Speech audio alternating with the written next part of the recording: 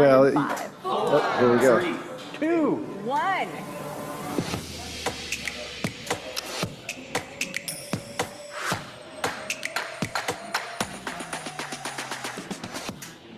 All right, good morning, everybody. Happy Thursday. It's my pleasure to welcome this morning Dr. Philip Stieg, who is our John Jane Visiting Professor for this session.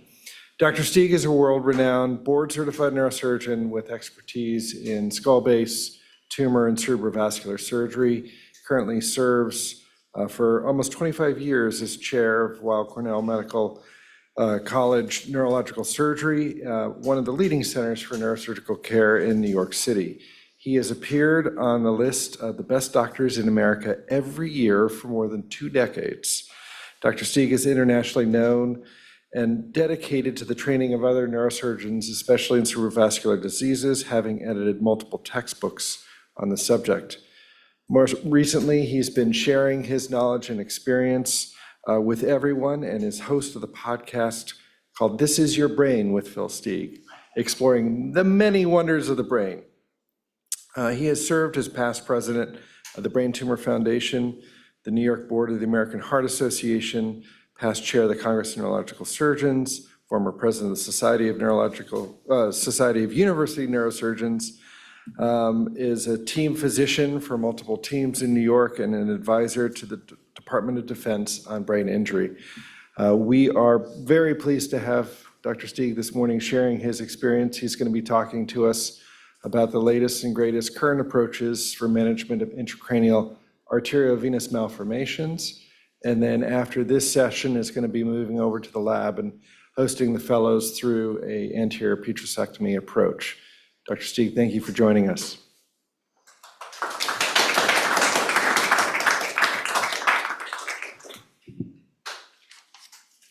Thank you so much, Zach. That's for the kind introduction. It just proves if you hang around long enough, you get enough things done mentioned after your name. So longevity is the name of the game. I chose to talk about arteriovenous malformations because, frankly, that's the one thing I am, between that and vestibular schwannomas or skull-based tumors, those are the 2 things that I'm most passionate about. And I also believe that those are 2 things that we as neurosurgeons should never let go of. We've let go of peripheral nerve. We compete with orthopedics for spine. There's lots of things that we have to compete with, but nobody can really compete with this unless we give up AVMs to stereotactic radiosurgery and only embolization, which thus far hasn't proven to be the case. So it's something that there's always something to be learned. It's not as though I have any new tricks for you today. I did want to mention, however, that I think that it's of vital importance. We're seeing many more patients now with incidental arteriovenous malformations. They have a headache, they get an MRI or a CT, and bingo, they've got an AVM. And depending upon their age, the question is how to manage those. And I'm sure that many of you have the same experience I do, that the patient comes into your office and they want to spend 30 minutes telling you about every symptom they've had since they've been 3 years old, and how does that relate to their arteriovenous malformation. And I think that it's of vital importance, given the limited resources that we have as physicians, nurses, nurse practitioners, and PAs, to stop that and educate the patient. And I have found that when I stop the patient, I say, listen, you know why you're in the office. I mean, you've seen their MRI. You know what they've got. I need to answer 4 fundamental questions for you. Let me please do that. And then once I'm done with those 4 fundamental questions of what do you have, what does it mean to have it, what can you do about it, and what are the associated risks, they go, gosh, I feel really informed now. Now I can make a rational decision about what I want to do. And, then there's a style about how you convey it. I have certain competitors in my city that will flat out say, I'm the best in the world and you should come here. That's all additional stuff. I don't think you need to do that. But I think that if you, in a compassionate way, relate the answers to those 4 questions, you'll have come a long way. So really what I want to talk about is, the complications and the decision-making process about how to treat an arteriovenous malformation. There are a number of variables that have to go into it. You're all aware of the treatment options, but we'll go through them briefly. Surgical principles that I think that are extremely important, and then some conclusions. And I want to emphasize that I'm not talking about proliferating vascular malformations like hemangiomas. I'm only talking today about arteriovenous malformations, not capillary, not AV fistulas, and all the other subcomponents. And in my experience, I have a little bit of trouble thinking that AVMs are not non-proliferative. If you follow a pediatric AVM over time, you will see the neovascularization. You'll see the nidus change in anatomy over time. So there is recruitment of blood vessels, whether that's proliferation or not, we can have an ongoing debate. What are the complications that we've all experienced in our life? And if you say you haven't had these, then you haven't either done them or you haven't done enough of them. But this is pretty standard. You can have bleeding either intra-op. I won't read through this entire list, but when you think about treating an arteriovenous malformation, I think that one should seriously look at their patient. And this is, if they're incidental AVMs, for all intents and purposes, this is about quality of life. How are you going to preserve their quality of life on the basis of the statistics that we will go through in a few moments? Thinking about the angioarchitecture of arteriovenous malformations, the most common form that we're going to see is the plexiform. Arteriovenous, with 3 little connections are still AVMs, but the fistulous form, they're much more easily treated depending upon their location. We all know that 15% of AVMs have associated aneurysms, either on feeding vessels, proximal vessels, or intranidal. And the hardest part about treating an AVM, I think from any standpoint, is the understanding the nidus and understanding the vascular pedicles that feed it. No matter whether you're treating it with radiosurgery or surgically, you want to approach the pedicles in an organized fashion, the vascular arterial pedicles, before you obviously occlude the venous pedicles. The other important thing, and I think this is of significance when you think about Sylvian-Fisher arteriovenous malformations. It's easy when the AVM is at the end of a bunch of multiple vessels. But when you see a Sylvian-Fisher arteriovenous malformation, all the little perforators coming off the MCA make it a very different beast in my mind, and really plays into the potential medical morbidity that you have to deal with. And again, this is about trying to maintain the patient's quality of life after you're done. And these are so the most important thing you're worried about is the vessels en passage that go beyond the arteriovenous malformation, and how close those vessels are to the nidus and how you might confuse those with nidus and injure the patient. As we look at the arteriovenous malformation itself, you all know that there's no functional brain within the nidus of the AVM. The internal elastic membrane, endothelium, and muscular layers are all distorted and abnormal, and there's thrombus within the arteriovenous malformation. And when you fill them up with glue, this is what the die cast looks like if you excise the AVM glue mass and then take away the AVM. The one on the image on the right is actually an image of an AVM that had been embolized. And that's a debatable issue that we can talk about afterwards, is whether after it's been completely cured with embolization, should we still go in and take it out? And I frankly leave that up to the patient because it's their life. And it also depends upon how easy it is. If it's sitting right up on the surface, that's one thing. If it's sitting in visual cortex, motor cortex, the risk goes up. So they may not opt to do that. In terms of diagnosing AVMs, it's all pretty standard. Patients are coming in now with CTs or MRIs, and then once they see an abnormality, we get the CTA, MRA, angiogram, superselective angiogram. We'll use functional MRI in AVMs that are close to eloquent cortex. The superselective angiography can be used as an adjunct with lidocaine with the functional MRI scan to determine whether you might have a functional deficit after you resect the AVM. But again, as many of you, the endovascular people well know, you can't really control where the lidocaine goes, so it's not the most sensitive test that we can do. And these are examples of the quality of images that we can get now. It's targeting of AVMs is so much better you have to understand, when I started doing this, and last night some of the people were surprised that I actually came here for the World's Fair in 1959 with the Space Needle. It was ooh-ah. So I've been around a long time. When we started, it was incandescent light bulbs. We were using horsehair and wire particles for embolization of AVMs. The art form has transformed immeasurably. And I think we as surgeons, and certainly you're all young, you have to be able to pivot as the science moves on beyond you and what you were trained with, and be able to adapt to the management of these patients with the best technique that you feel you can provide for them. It's interesting, I'm just reviewing a paper for Science right now. Somebody wrote a review about the incidence, the molecular biology of arteriovenous malformations. And they quoted the incidence of somewhere between 1 and 50 per 100,000.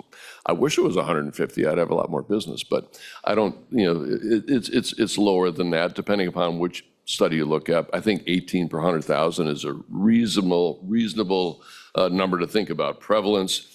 Obviously, we know that they present predominantly with seizures, bleeds, or neurologic deficit. I think I said seizures as well. The data on factors that play a role in hemorrhage risk for arteriovenous malformations in relation to size of AVMs, following it over the years, I have to admit I'm confused. There are papers that say the larger the AVM, the more it bleeds, the smaller the AVM, the more it bleeds. So I will make the point later that I think that the surgical morbidity, that the Spetzler-Martin scale, I think it made them famous. I think it's great. But at the end of the day, I'm kind of a real estate guy.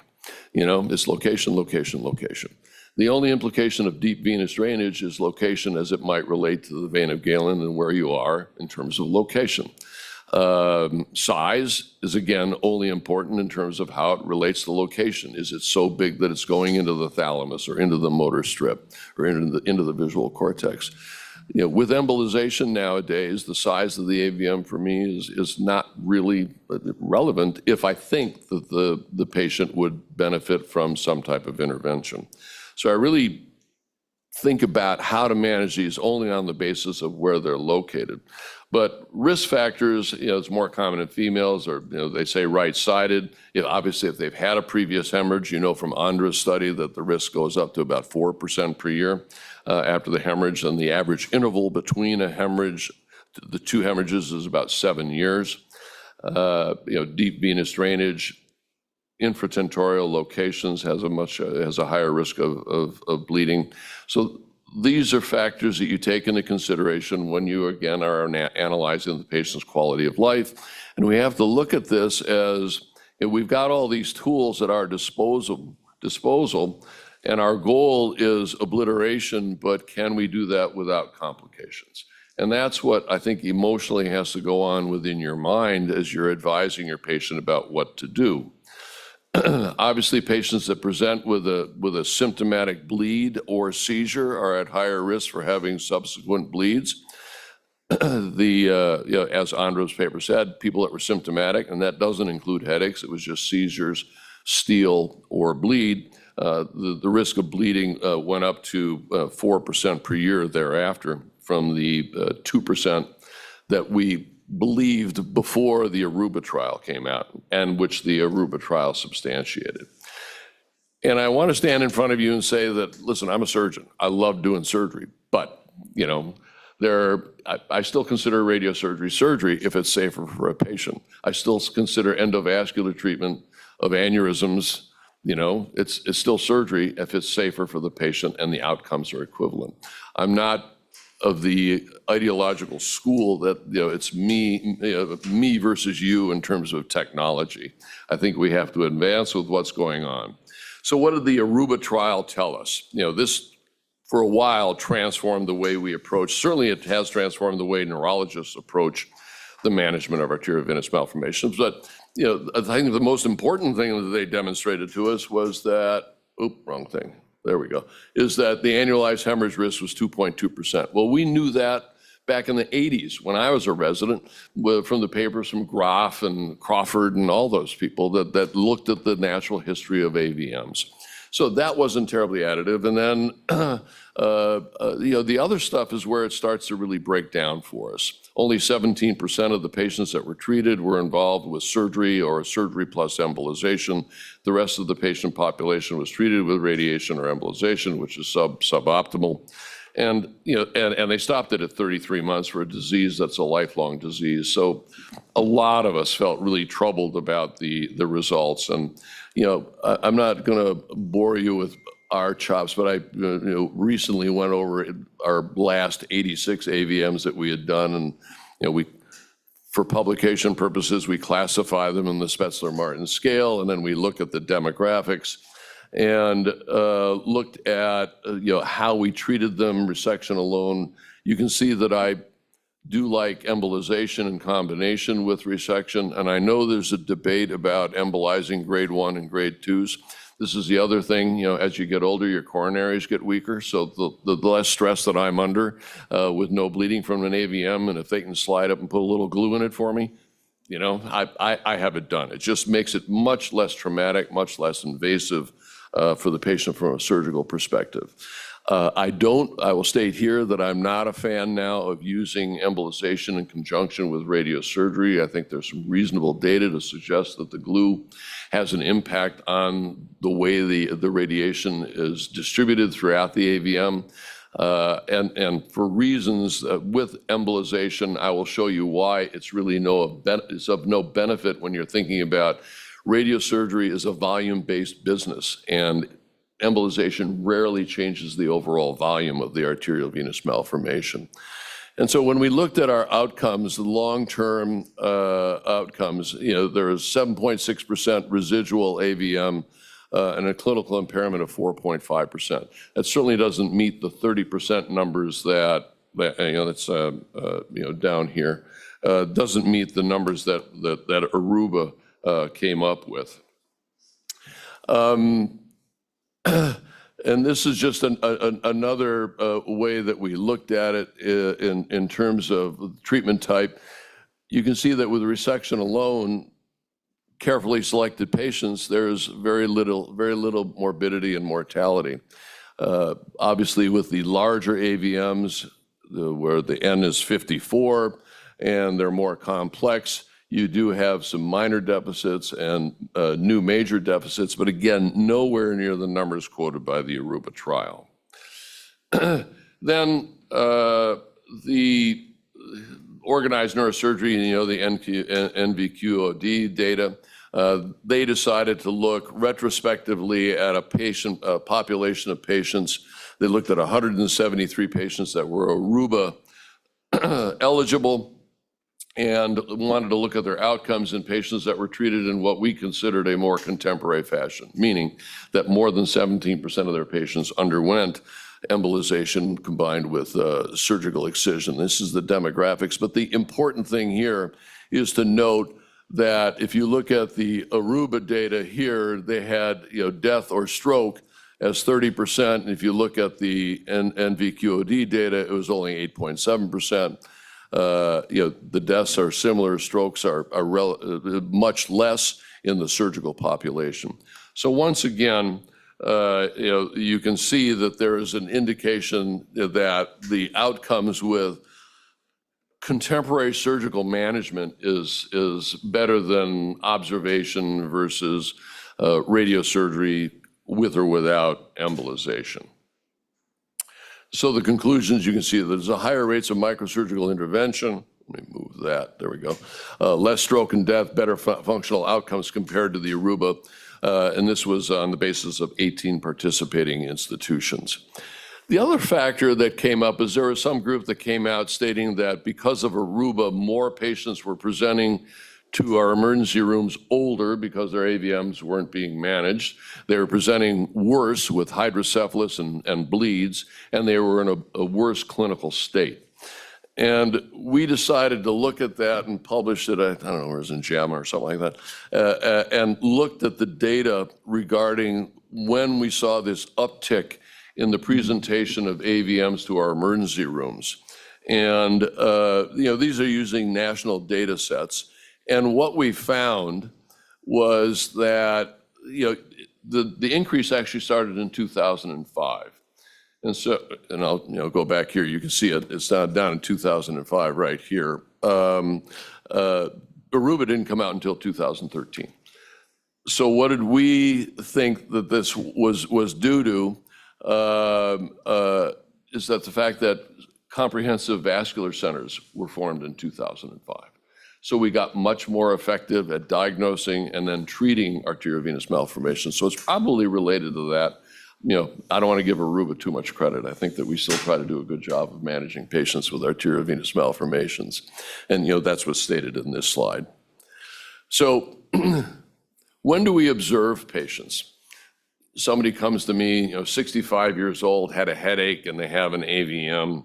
I'm going to follow it for a little while. What's the annualized risk for dying from a bleed, or the chance of dying from a bleed with an AVM is 10%. The annualized risk is 1%. It's quite low. So in a 65-year-old that's probably had this for their entire life, am I going to start getting aggressive with it? Probably not. If it's small, less than 10 cubic centimeters, I might say to them, if you want to be a little belts and suspenderish, let's hit it with a dose of stereotactic radiosurgery. But if it's large and quite involved, there's risk, and why take somebody? If they have a lot of other medical comorbidities, we're certainly going to avoid that. And on the other extreme, if you have a 1-month-old with a vein of Galen AVM, you're not going to go diving in right away and taking care of that. You're going to let them mature and hope and pray that they don't go into cardiac failure soon, so you can manage this in a more systematic fashion when they have a more mature vascular system. When they looked at the data in Finland, risk factors for rupture from an AVM were previous rupture, deep location, and they said large size. Hence is it small, is it large? The answer is I don't know. The answer is I don't really care. It's you've got an AVM and let's deal with that. I also worry a lot about infragentorial. When Rose looked at the data several years ago, you can see that the annual rupture rate from AVMs she found here in this column, and then in her review of the data, and the rebleed rate within the first year is not insignificant.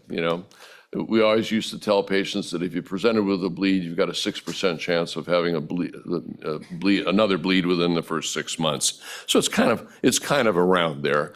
So again, a patient presents with a bleed, you're going to try to treat them no matter how.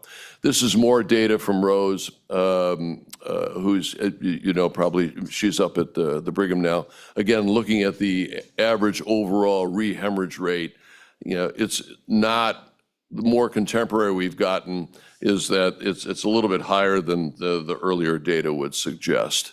In terms of seizure risk, if a patient presents with seizures alone and you take the AVM out, you get a marked reduction in the risk for having seizures down the road. So that's another reason for wanting to take the AVM out. If the patient didn't have seizures and you take out the AVM, they have about a 1% annum risk for going on to develop seizures. So this was in my first book that I did with Hunt and Duke about the decision analysis and how we approach it.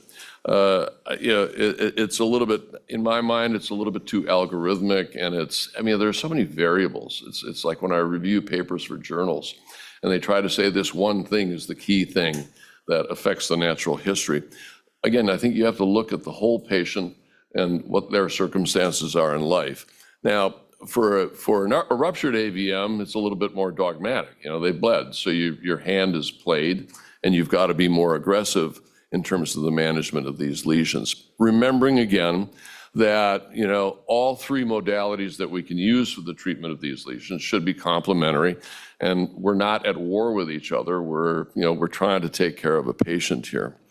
And even if you look at the data back from Pollock with their AVM study versus Hamilton's publication on Spetzler's results, the grade 3 and grade 4, the percentage of patients is kind of similar between the two populations. But when you start thinking about, like I said earlier, real estate, more AVMs are treated with stereotactic radiosurgery. I know there are individuals that say they can take AVMs out of the thalamus and out of the brainstem and have no neurologic deficits. I'd like to be the neurosurgeon evaluating the patient postoperatively on those studies. What are the major issues with radiosurgery? Well, I think that number one, early on when I started doing this, and it was Dade and Gary out at Stanford and Bill down in Florida, if you look at all those papers, they say we've treated 800 patients, but only 220 do we have good follow-up data on. And so that for me is just a statistical problem that I can't cope with. Now, that being said, back when we started, we were using either Lexel or BRW frames. We had to do angiography and try to correlate it with MR imaging. Our targeting wasn't as good as it is now. Our ability to target lesions for radiosurgery has significantly improved. Lexel has this nice software where they can merge your angiogram with your MRI and really give an accurate conformality to the margins of the AVM. In addition to that, we've gotten smarter in terms of the dosing. I also think that down the road, we're probably going to get more effective at treating giant AVMs in terms of segmentation by volume and the vascular pedicles. I'm hopeful that we get there because those are, from a surgical perspective, they're all extending into key components of the brain, and we don't want to take them out, so we've got to come up with a better way to treat those kinds of lesions. In my personal experience, when I did this is from data way back when I was up at the Brigham, the obliteration rate was 76%, which is what I kind of tell people. And if you really comb through the data, that's about what it is.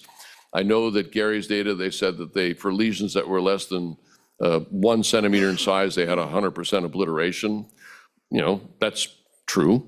But then when you compare it to the entire population, it for most people is somewhere between 70 and 80% is a reasonable number to talk to them about. And this is the Spetzler-Martin scale that we talked about, which I think is important. Importance for me is about the location of the AVM. And then when we start thinking about how do we correlate, my surgical results versus radiosurgical results, if I really want to push somebody not to do radiosurgery, I just start saying, well, you've got a 24% chance of being here 3 years from now, and we're having the same conversation. You've got a 4% per year risk of having a hemorrhage, 4 to 6%. With each hemorrhage, there's a 10% chance of dying, and their eyes start getting wider and wider. And you can guide them to try to understand what is the best form for them. But again, they make the decision because it's their body. And if they go for radiosurgery, I will do that for them. I view myself as a full-service bank that just wants to do what I recommend to the patient what they need, but I will do what the patient selects. And if you look at this, given the fact that radiosurgery is dependent upon, the ideal size for a radiosurgical case is 10 cubic centimeters. So what does that mean? Maximum diameter of about 2.75 centimeters. Okay, so those are small AVMs, and then I think, these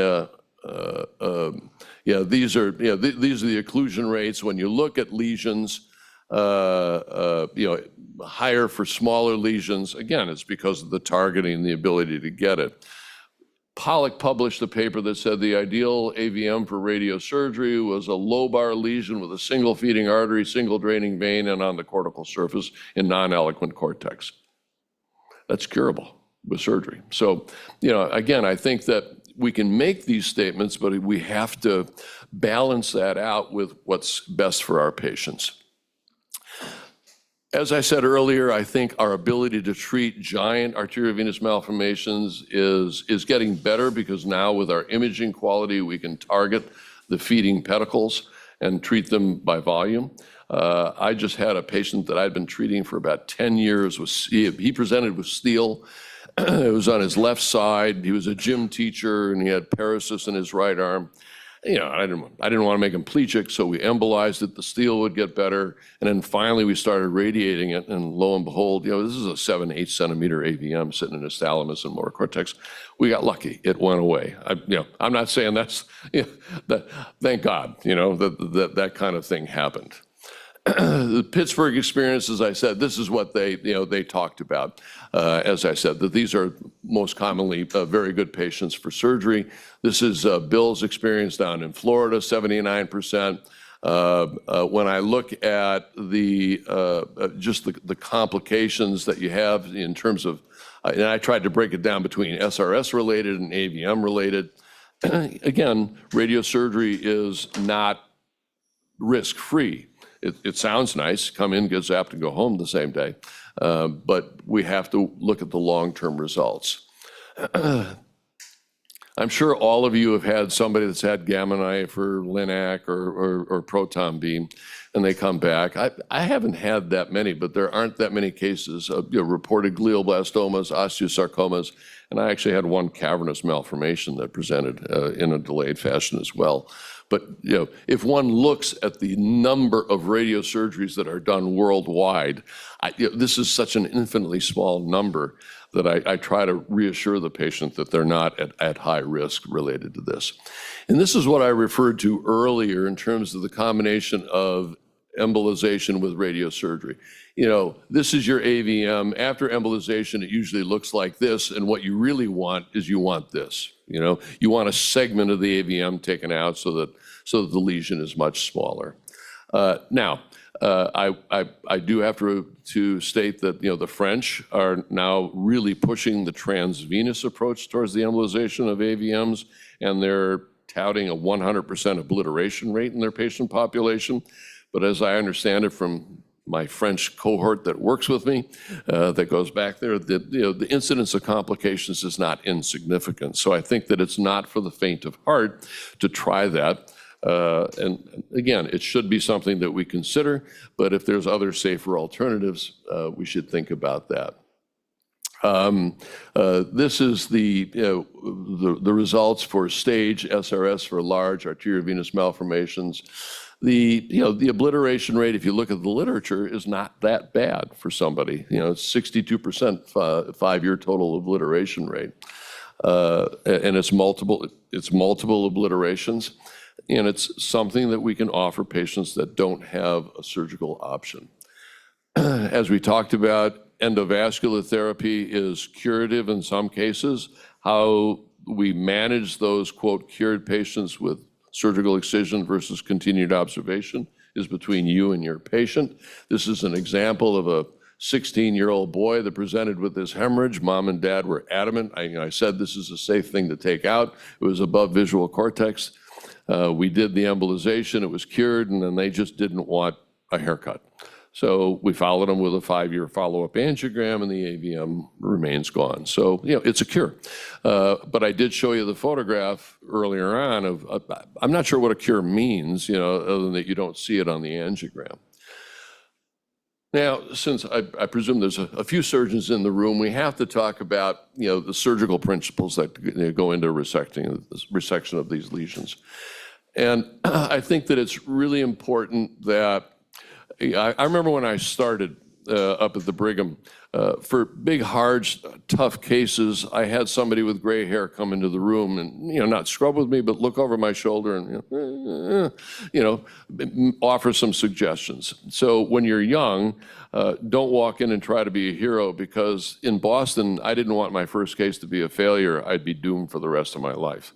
Be conservative and get some appropriate help. And then follow these principles. But the principles aren't only you. It's the team that you put together around you. You have to have a superb neuroanesthesia team. You have to have a superb neuro-ICU team. I know that the trend these days is for minimally invasive surgery. Unfortunately, that is not the case for arteriovenous malformations. Trying to take an AVM out from underneath bone is fraught with incredible risk. So you want to make sure that the bone flap is completely around. In a case like this, you want to cross midline so you can get the dura open towards the sagittal sinus. You want to position the patient such that there's minimal retraction on the brain. If you're going to retract, you prefer to put retractors on the AVM itself, but not too much so that you compress the venous outflow and induce some bleeding. The surgical technique is that you take the vascular arterial feeders first. Hashimoto, he and I used to give talks together, and he'd always show these beautiful videos of AVMs that were sitting in these giant subarachnoid spaces. And I said, gosh, I wish I could find one of those, I mean, the vast majority of AVMs are parenchymal, and there's this gliotic margin right around it that you can create a very nice plane around the AVM and achieve a gross total excision. So these are some of the non-pharmacologic things that you can do with your anesthesiologist. When you walk into the room, remember you're the captain of the ship and sort of set the tone, telling everybody what you want. You want peace and quiet. I don't like loud music in the operating room, particularly during something like this. I want everybody paying a complete attention to what's going on. So if something does go to hell in a handbasket, we can jump on it right away. These are the ideal goals for cerebral protection that go on in the operating room. Obviously, we try to use a lower blood pressure so that we can get better control of bleeding. Those of you that have done AVMs know that they don't bipolar very well, and I'm still looking for the non-stickable bipolars.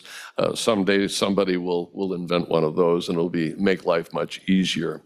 And then, as I said earlier, compartmentalization of the hemodynamic unit, and the stages of resection is, identify the malformation, obviously take the arterial feeders, come around the lesion, get to the apex, and then finally take the venous outflow.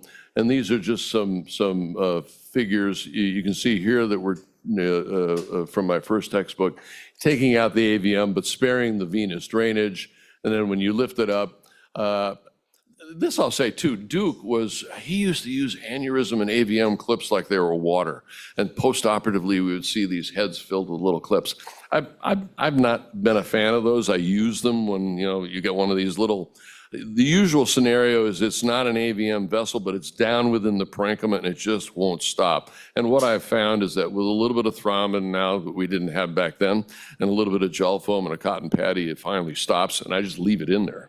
And I've not had any breakthrough bleeding post-operatively in doing that. And then finally, the last thing you do is you put a temporary clip or you close the venous outflow. If the AVM doesn't swell, rock and roll and get the thing out. So here's something I'm going to rip through real quickly. Let's see where to go. So this is an AVM of an 18-year-old kid that I saw. He had bled. He was aphasic for a while. Then he got his speech back. You can see that this is sitting in and extremely close to Wernicke's area. This was embolized. This was done way back when by John Pyle Spellman. It's one of the reasons I like to show it. And John was more of a trunk embolizer versus a nidus embolizer, which was not good for us as surgeons.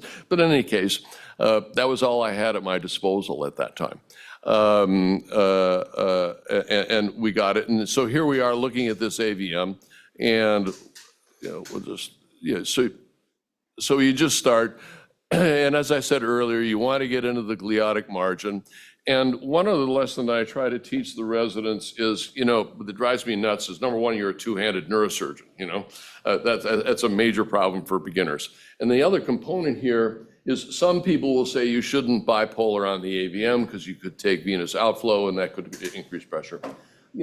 What I do is I try to bipolar within that gliotic margin, and the sucker shouldn't be going in and out into the AVM and into the gliosis, but it should be going in a circumferential fashion, and you're delicately looking. I put the suctions all on control, meaning about 160, so you're not sucking everything up. And then when you find a blood vessel like here, it either pops for you or you can cut it with micro scissors. And here we are, we've come all the way around. There was a superficial draining vein up here, but then there was you can see the large, deep draining varix right here. I clamped it, the AVM didn't swell. So then we were able to, come around. Where did we go? Here we are. come around, and I came down this side. We come underneath the AVM,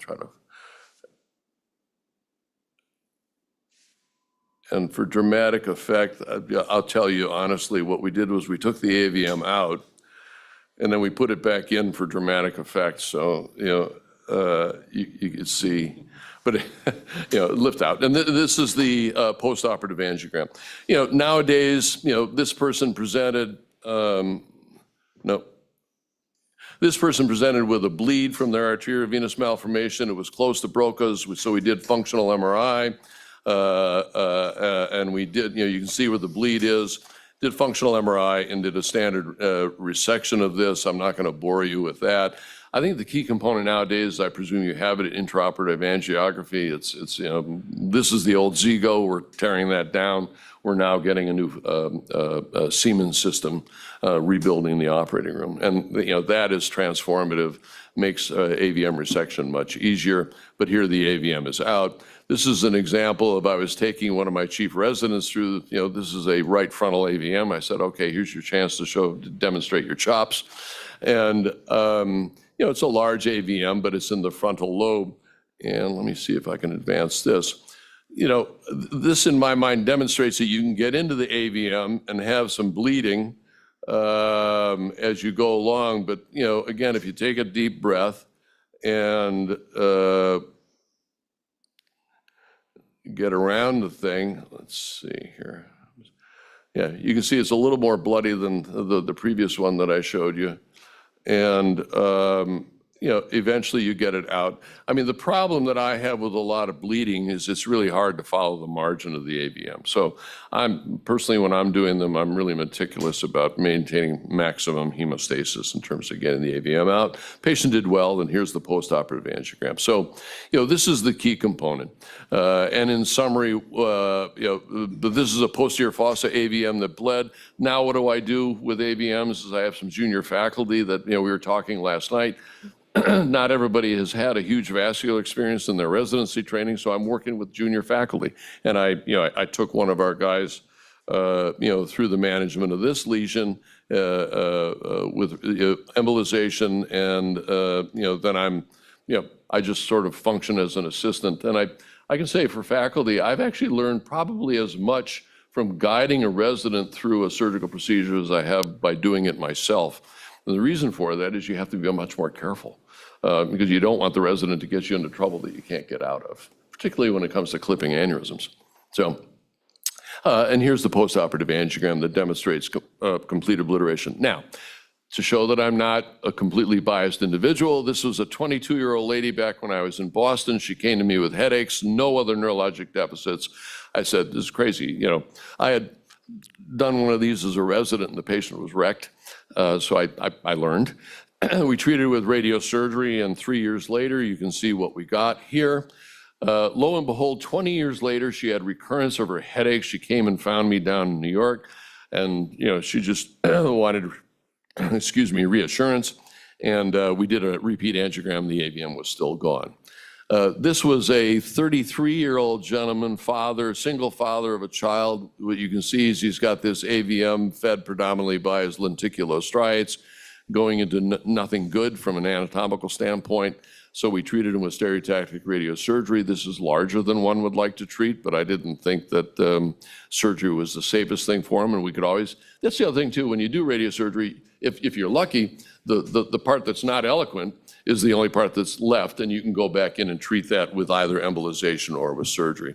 Here's a young lady that had a dropped foot from steel from her AVM. We embolized it, and then we were able to resect it. So again, I just want to emphasize that we're all a team, trying to take the best care we can of patients.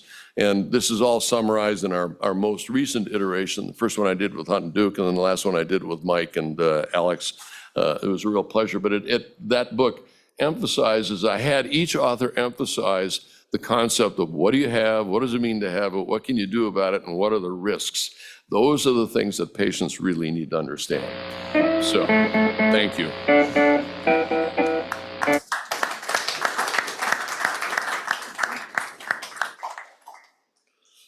Any questions? Phil, what's your team's approach to training residents and fellows to do this? Because the hours are decreasing, the numbers of surgeries are decreasing, and it's, people talk about the dying art of clipping aneurysms. I think AVM is even more of a dying art. So, number one, I've never had a fellowship because when I first got to New York, I extended the residency to 7 years. So that was one way of, I calculated the number of hours that I did as a resident, 120 hours a week for 7 years was 14,000 hours. Now a resident does about 8,000 to 10,000 hours. Okay, so there's a lot of hours that are lost. So when I changed it to 7 years, and then I didn't have a fellowship because I feel that it's imperative for me to train the chief residents how to do aneurysms. We also we have an infolded fellowship, so they do the first year. And early on, we know that they want to be vascular neurosurgeons. And my feeling about being a vascular neurosurgeon is you can't be a vascular neurosurgeon nowadays unless you are doing endovascular. The downside to that is most people that I see that go into endovascular start doing more and more of that because they feel more confident with that technology. The only thing I can say is, every opportunity that I have in regard to what I think is a reasonable, and I see that you clipped a couple MCAs this week, I feel quite strongly about broad neck MCA aneurysms. The recurrence rate for those, when Pierre did his study at UCLA, the recurrence rate was highest for those lesions. There are certain lesions that should be treated. Certain pica aneurysms, should get treated, broad neck kinds of things. So it's attention to the residents. The other thing is you've got this skills lab, and part of the problem that residents have is they're timid. They don't want to hurt anything. So they make a small hole, and then when they get in trouble, they can't get out of it because they've made such a small hole. So teaching them how to perform an approach with minimal injury to the brain parenchyma, because I've never seen anybody die of a craniotomy. They'll die of brain contusions, they'll die of bleeding and things like that. So I really work with them in the lab and try to get them in the operating room. I mean, that's all you can do. And, if they want to go do a fellowship for an open procedure, even those are getting fewer and far between. I know you have one, so. Right. We have a question from one of the viewers online, which is, what do you use for your post-op blood pressure parameters? And is it different for ruptured versus unruptured AVMs? Yeah. Number one, I look at what the patient's preoperative blood pressure was, all right? At the time of surgery, at the end of the AVM resection, I do a hypertensive test, right? So I drive it up to 150 to 170.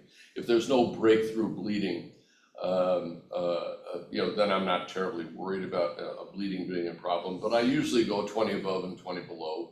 So if they're 120, I'd say 140 to 100. For how long? I don't, just for the a couple of days while they're in the ICU. Yeah. Sorry, I have a two-part question. One is presentation of hemorrhage of an AVM and timing of surgery. Yep. And then different timing of surgery between, like, let's say you had a partner who wanted to embolize a AVM and then you wanted to take it out. Yeah. So that the timing of AVM resections after a bleed has always been discussed. If the patient, if it's a posterior fossa bleed with a large hematoma, mass effect on the fourth ventricle, you're stuck. You got to go in and take the blood clot out. Now, in those scenarios, frequently you don't know the anatomy of the AVM very well. So we, do a decompressive craniectomy, get the clot out, and then do an angiogram and try to sort out. And again, the timing of surgery is somewhat dependent upon the anatomy of the AVM and its location. Normally, for a bleeding AVM in a patient that's stable, I'll want to wait maybe 2 weeks just to let the blood kind of turn into jelly, and it creates a margin for me on one side of the AVM. But again, it depends upon the patient's clinical picture. In terms of embolization, so I mean, our routine now for incidental AVMs depends upon how many embolizations they want to do. Normally we'll say it's 2.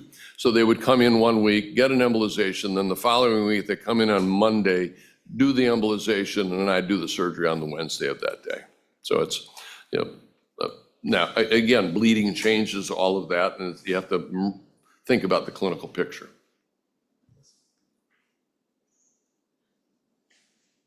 Phil, thank you again for sharing your experience with us. Thank you.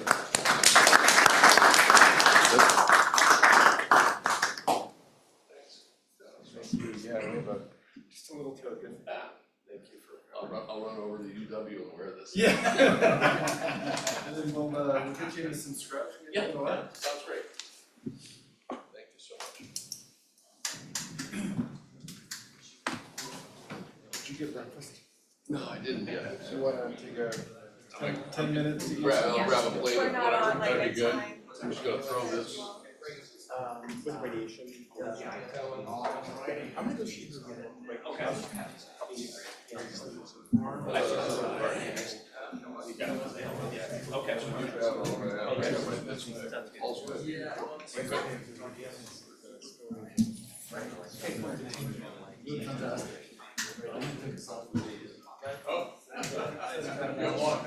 I'm terrible at studies. I'll get long arms. Antonio, you know Antonio? Yeah. And he's got the long arms, and we do these group selfies.